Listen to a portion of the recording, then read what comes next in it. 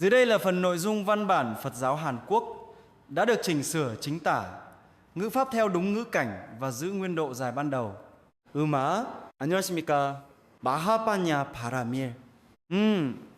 먼저 호흡 발음부터 먼저 하겠습니다.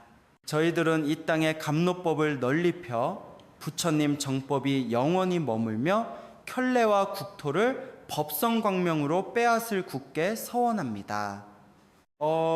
조금 전에 큰 스님 영상 보면 잘 들었습니다. 내용은 상당히 많은데 말하는 속도가 상당히 빨라서 아마 조금 알아듣기 어려운 부분이 있었을 거예요. 그래가지고 제가 간단하게 정리했습니다. 정리해보니까 크게 네 가지로 말씀하시더라고요. 네 가지인데 중요한 것은 불교의 수행이 무엇인가? 만약에 다른 사람들이 와서 불강 형제들은 무엇을 수행하십니까? 불강 수행의 특징은 무엇입니까?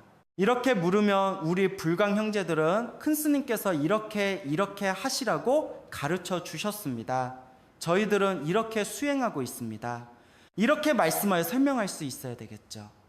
첫 번째가 염송, 독경하고 염송하는 거. 우리가 이제 마하바냐 바라미를 하잖아요.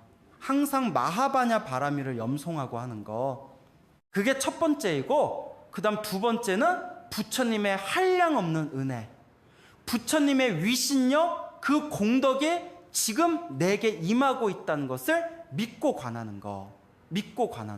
그 부처 큰 스님께서 항상 하시는 말씀 중에 보면은 무량, 생명, 공덕, 부처님의 그 무량, 생명, 공덕이 우리 모두에게 그대로 작용하고 있다는 그 말씀을 항상 하시는 같더라고 보니까 그 부분이 여기서 더 중요한 거는 내가 그것을 믿고 스스로 관하는 거, 자기 스스로 항상 부처님의 그 은혜, 위신력, 부처님의 무량 공덕이 내 생명에 흐르고 있고 그것을 내가 그렇게 믿고 관하는 거, 그 관하는 게 중요하다고 그렇게 아까 본문에서 말씀하셨습니다.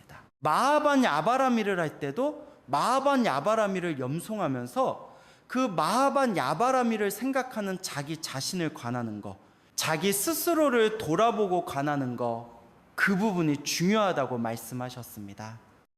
마하바냐 바라미를 염송하다가 이렇게 삼매에 들어가는 듯한데 뭔가 혼침 상태에 빠지는 거, 그때 바로 자기가 마하바냐 바라미를 염송하고 있다는 거, 자기가 마하바냐 바라미를 생각하고 있다는 그 자체를 관하는 것을 놓쳐버리기 때문에 혼침 상태에 빠지는 거죠.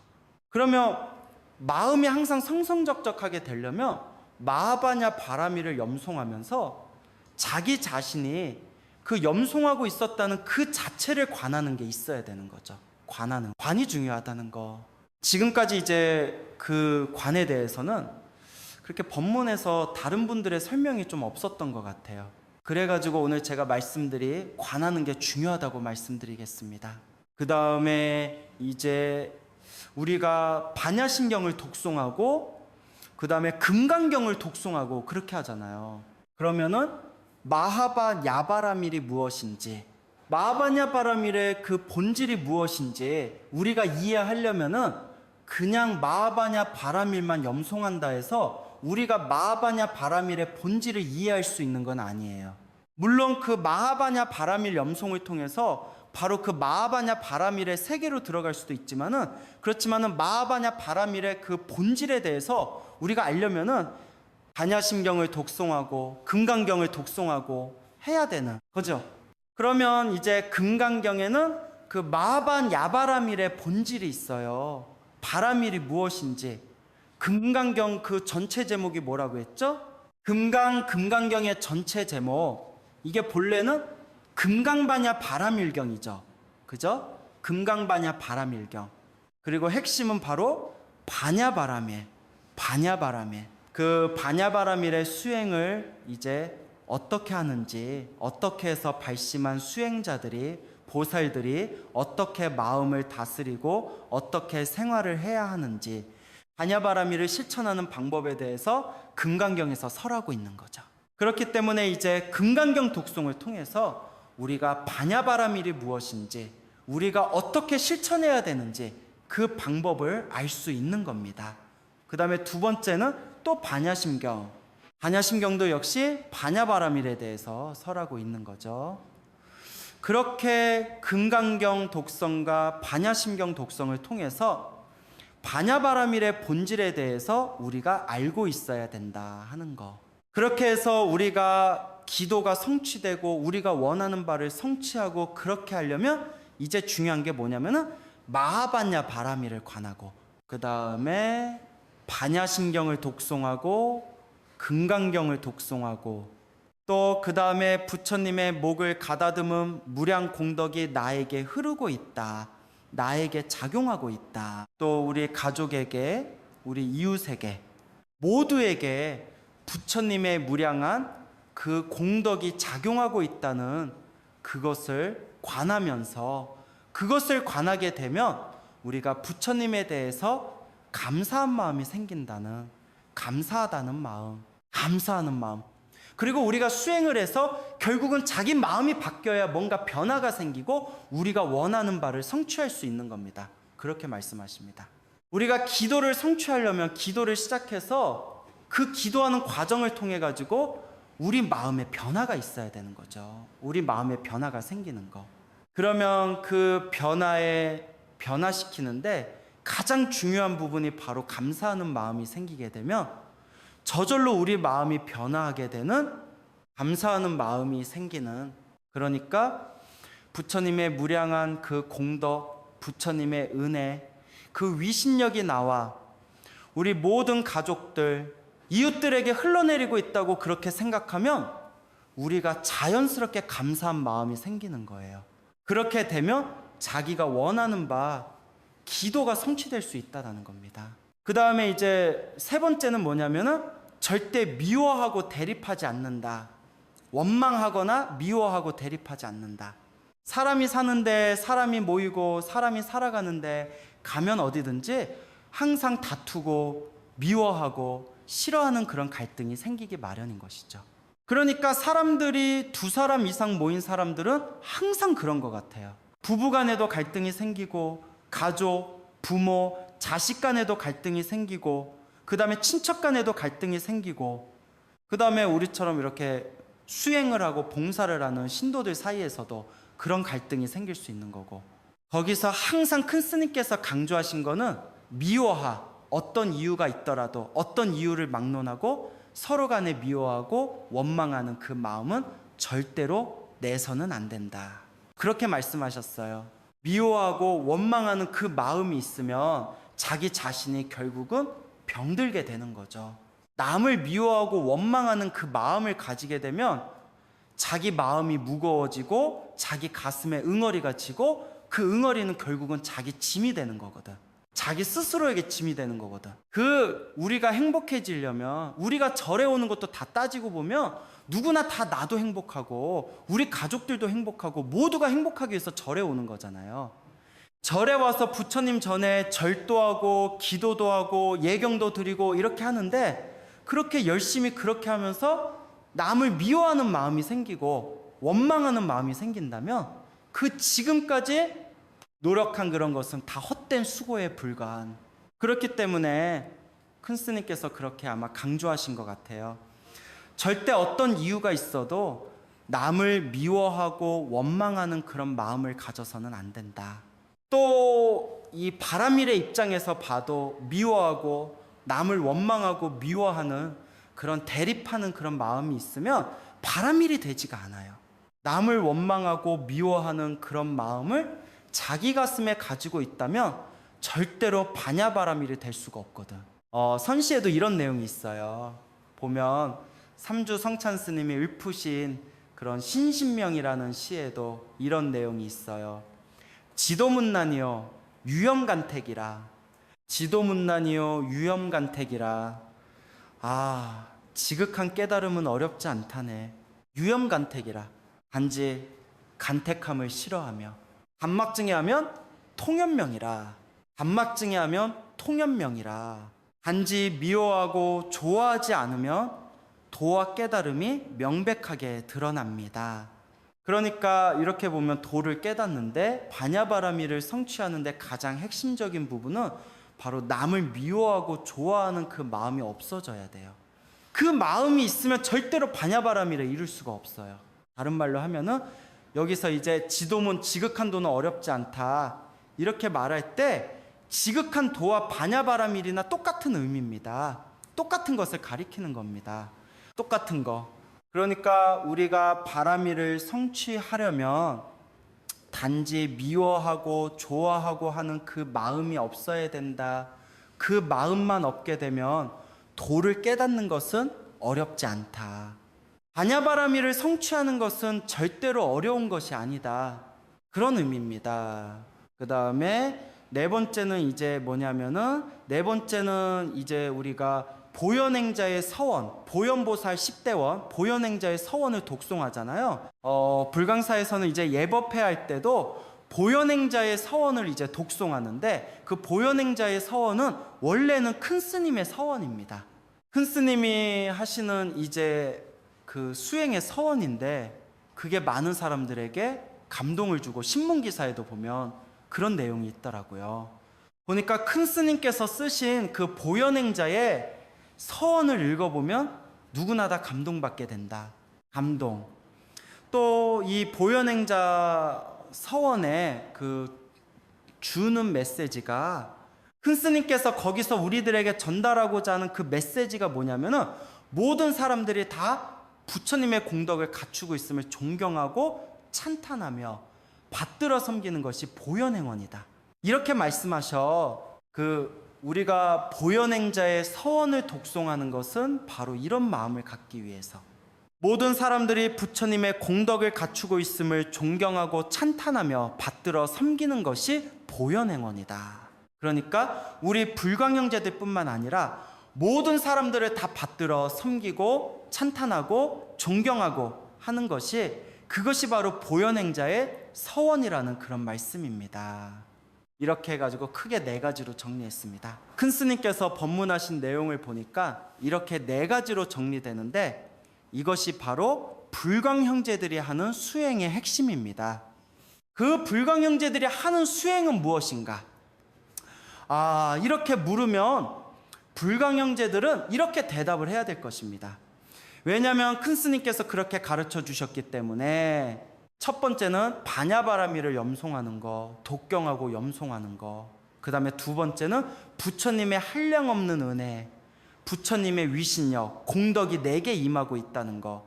나뿐만 아니라 내 가족, 내 이웃, 모든 사람들에게 부처님의 무량한 공덕이 흐르고 있다는 거. 그것을 믿고 가는 거. 세 번째는 어떤 일이 있어도 남을 미워하고 원망하는 그 마음은 비워야 한다. 그 마음은 비워야, 그 마음을 비우려면 마하반 야바라미를 염송하며 그 마음이 없어져요. 만약에 여러분들 우리 어떤 상황에서 남들이 나에게 도발해가지고 어떤 미워하는 감정이나 그런 마음이 생기거든. 그때는 어떻게 해야 되겠죠? 마하반 야바라밀 염송하면 되겠죠. 마하반 야바라밀은 여러분 소리내서 염송해도 되지만은 마음속으로 해도 됩니다. 마음속으로 남이 들으면 안 되는, 저 다른 데서 밖에서 남이 들으면 안 되는 그런 상황이 되면은 그런 상황에서는 속으로 마하반 야바라밀을 일심으로 마하반 야바라밀을 염송합니다. 일심으로 마하반 야바라밀을 염송하게 되면은 그러면 내 마음이 깨끗해집니다. 내 마음이 깨끗해지면 그게 바로 바냐바라밀이 되는 겁니다. 그게 바로 그 자리가 바로 바냐바라밀이 성취되는 곳입니다. 그 다음에 네 번째는 항상 다른 사람을 공경하고 찬탄하며 받들어 섬긴다. 우리 불광 형제들은 봉사단체나 신도들은 누구나 다 서로 존경하고 받들어 섬기고 이렇게 하면서 절대로 미워하고 그런 감정을 가져서는 안 되겠죠. 이렇게 해가지고 큰 스님께서 법문하신 내용을 네 가지로 정리했습니다. 네 가지. 그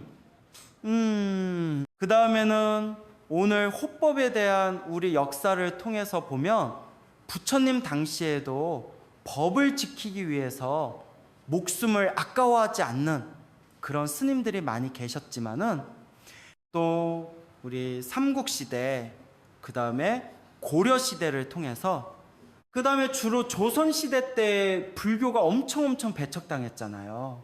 조선시대 와서는 조선시대 때 그 불교가 위기에 처해가지고 불교가 이 땅에서 사라질 위기에 처했을 때 그때 나타나서 불교를 살리기 위해서 목숨을 바친 순교하신 허당보호 스님에 대해서 조금 이야기를 해드리겠습니다. 영상 조금 띄워주실래요? 조선시대 때 처음에 이제 이성계, 태조 이성계가 조선을 개국할 때 그 당시에는 무학스님을 왕사로 모셔가지고 태조 이성계는 불교에 대한 그렇게 많이 배척하고 그러지 않았어요. 불교에 대한 어떤 문제가 있으면 이제 그것을 해결하고 이제 그럴 정도 있었는데, 그 다음에 태종 때부터 본격적으로 성리학을 공부한 태종 때부터 태종이 등장하면서 불교 탄압이 본격적으로 시작됩니다. 본격적으로 시작되고 세종 때는 스님들이 도성 출입이 금지됐고 이제 그러다가 연산군 중종 때 조선 중기에 이르게 되면은 불교 범란이 아주 가혹한 범란을 당하게 됩니다. 중종 때부터 그게 바로 조선 중기인데 그때 바로 불심이 깊은 문정왕후가 등장했습니다. 문정왕후. 여러분 드라마나 이런 사극이나 이런 걸 통해서 아마 문정왕후에 대해서 잘 알고 계실 겁니다. 문정왕후는 이제 불교를 많이 지원해주고 이 중종이 불교를 탄압하고 이런 와중에서도 문정왕후는 불교를 많이 지원해줬어요. 전국의 사찰을 지원해주고 이렇게 했는데 먼저 이제 중종이 승하하시고 그 다음에 아들인 명종, 문정왕후의 아들인 명종이 왕위에 오르자 이제 나이 어린 12살의 명종이 왕위에 올랐기 때문에 문정왕후가 이제 모든 권력을 쥐고 수렴청정을 한 것이죠. 그때 이제 문정왕후는 불교를 다시 부흥시키려고 계획했던 겁니다. 그렇게 문정왕후가 가만히 이렇게 생각해 보니까 어떤 스님을 등용하면 좋을지 생각하고 있던 와중에 마치 허당보우선님이 저 금강산에서 수행하다가 마치 전국을 돌아다니는 그런 마중이었습니다. 이제 보우대사는 이제 누구냐면은 보우대사는 어려서 용문사에 출가해가지고 저 금강산에서 선수행을 했고 이렇게 해가지고 금강산에서 선수행한 후에 전국을 유람을 했어요. 전국을 만행을 했는데 만행 나와서 전국을 이렇게 돌아다닌다고 보니까 세상이 너무 어지러운 겁니다. 스님들을 저를 불태우고 저를 파괴하고 불상을 찍고 스님들을 잡아다가 옥에다 가두고 또 두들겨 맞아서 죽는 스님들도 나타나고 그야말로 세상이 완전히 바뀌는 겁니다. 자기는 금강산에서 수행만 하고 있었는데 밖에 나와 보니까 세상이 완전히 바뀐 거예요. 그것을 보고 깜짝 놀라가 다시 금강산으로 돌아가서 7년 동안 다시 수행을 했습니다. 7년 동안 피나는 수행을 했습니다. 그렇게 해가지고 이제 피나는 수행을 하고 다시 나왔는데 그때가 바로 문정왕후가 보우스님을 만나게 된 겁니다. 보우스님 그때 지은씨가 보우대사가 그런 불교 탄압이 한창 되고 스님들을 잡아 죽이고 절에 불을 지르고 절을 파괴하고 그 다음에 절을 부수어가지고 거기다가 무덤을 만들고 무덤으로 삼는 그런 일까지 썼어요. 그런 상황을 보고 지은씨가 바로 다음 넘겨주실래요? 씨 나오는 불교가 쇠퇴함이 이해보다 더하겠는가? 보이시죠? 자, 같이 한번 읽어보시겠습니다. 불교가 쇠퇴함이 이해보다 더하겠는가? 흐르는 피눈물이 갈건을 흥건하게 적시는구나. 구름 뒤에 산속에서도 발붙일 곳 찾을 수 없으니 티끌 같은 세상 어느 곳에 이 한 몸 맡길 수 있으랴? 이렇게 보우대사께서 세상에서 많은 유생들이 스님들을 죽이고 절을 불지르고 하는, 절을 파괴하고 불법을 파괴하는 그런 모습을 보고 지은 시가 바로 이 시입니다. 불교가 쇠퇴함이 이해보다 더하겠는가? 흐르는 피눈물이 갈건을 흥건하게 적시는구나. 그러니까 많은 스님들이 피눈물을 흘린 거예요. 맞아서 죽고 불에 타서 죽고. 구름 뒤 산속에서도 발붙일 곳 찾을 수 없으니 티끌 같은 세상 어느 곳에 이 한 몸 맡길 수 있으랴? 이렇게 이 시를 문정왕후가 이 시를 보고 보호대사를 등용한 겁니다. 보호대사를 선종 판사로 등용하고 여기 봉은사 주지로 등용한 겁니다. 그렇게 해가지고 이제 그렇게 해서 보호대사는 그때 다 없어진 선교 양종도 없어져 버렸고, 그 다음에 승과고시도 승과제도도 없어져 버렸고, 도첩제도 없어져 버렸고, 완전히 조선시대 그 당시에는 스님들의 인재가 나타날 그럴 길이 다 막혀버린 거예요. 그것뿐만 아니라 스님들이 도성에 출입하는 자체가 금지되어 있을 정도로 그 정도였으니까, 그렇게 해가지고 이 보호대사가 등장해가지고 선교 양종을 다시 되살리고, 봉은사를 선종수사 사찰로 만들고, 그 다음에 봉선사를 교정수사 사찰로 만들고, 그 다음에 승가고시를 다시 복원하고, 도첩제를 다시 복원하고, 이렇게 해가지고 스님들이 이제 뛰어난 스님들이 인재로 발탁되는 그런 길이 열린 겁니다. 그렇게 해가지고 등장한 그 승가고시 복원으로 인해 등장한 스님이 누구냐면은 서산대사, 또 서산대사의 제자인 사명대사, 이런 분들이 등장하게 되는 겁니다. 이런 분들 이렇게 해가지고 이제 보호대사가 이제 봉은사에 있으면서 주지하면서 선종판사에서 높은 지위를 가지고 불교를 다시 복원하고 이렇게 하니까 거기에 대해서 많은 그 유생들이 상소를 올렸어요. 많은 유생들이 상소를 끊임없이 매일매일 수천 통씩 올리는 거예요. 이렇게 올리다 보니까 세상이 너무 시끄럽고, 그러다 보니까 한때는 이제 보호대사가 저 춘천 청평사에 가서 한 2년 동안 거기서 조용히 머무르면서 수행하고, 그 춘천 청평사를 다시 중창하고, 그러다가 또 2년 후에 다시 또 내가 없으면 불법은 끊어질 것이다. 내가 나가지 않으면 불법이 다 끊어지고 말 것이다. 그렇게 생각해가지고 다시 봉은사 주지로 다시 복직했습니다. 그런데 이제 마지막에는 이제 어떻게 되냐면은 문정왕후가 승하하게 되는데, 문정왕후가 이제 승하하게 되니까 보호대사를 보호해 줄 사람이 없어요. 명종은 힘이 없고, 이제 그래가지고 상소가 계속 올라오니까 보호대사를 귀양 보내야 된다, 죽여야 된다, 이런 식으로 계속 상소가 올라오는 거예요. 그러다가 이제 명종이 할 수 없이 보호대사의 그 직위를 박탈하고, 그리고 몇 달 후에 제주도로 유배돼요. 제주도에 유배돼서 얼마 있지 않아서 제주도에서 매를 맞아서 곤장을 맞아가지고 죽게 됩니다. 그때 마지막에 읊은 그 열반성이 있습니다. 같이 한번 읽어보실까요? 헛개비가 헛개비 마을로 들어와 50년 넘도록 미친 짓 하였구나. 인간 영역의 일을 다 희롱하고서 중에 탈벗고 푸른 하늘로 올라가노라. 이렇게, 그러니까 보호대사는 이 불교를 탄압하는 나라에 태어나고 미치광이처럼 불교를 증언하기 위해서 호시를 다한 겁니다. 그런 선종판사라는 그런 명예도 얻었지만은 여러 가지 치욕도 당하고 했다는, 이제 그것을 읊은 내용인 것 같습니다. 이렇게 해서 이제 보호대사가 나타나서 결국은 이제 불교의 중흥을 이루었고, 그 문정왕후가 돌아가시고 승하하고, 그 다음에 보호대사가 열반을 하시고 나서는 다시 원래대로 또 다시 승가제도도 없어져 버리고 도첩제도 없어져 버리고 이렇게 했지만은, 그렇지만은 그 후손인 바로 서산대사와 사명대사가 남아가지고 조선 후기의 불교를 이끌게 되는 겁니다.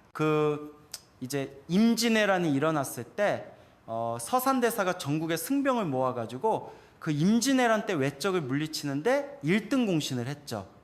그것을 계기로 많은 사람들이 불교가 필요하구나, 불교가 정말로 이 나라를 위해서 필요하구나 하는 그런 인식이 조금씩 바뀌게 된 겁니다.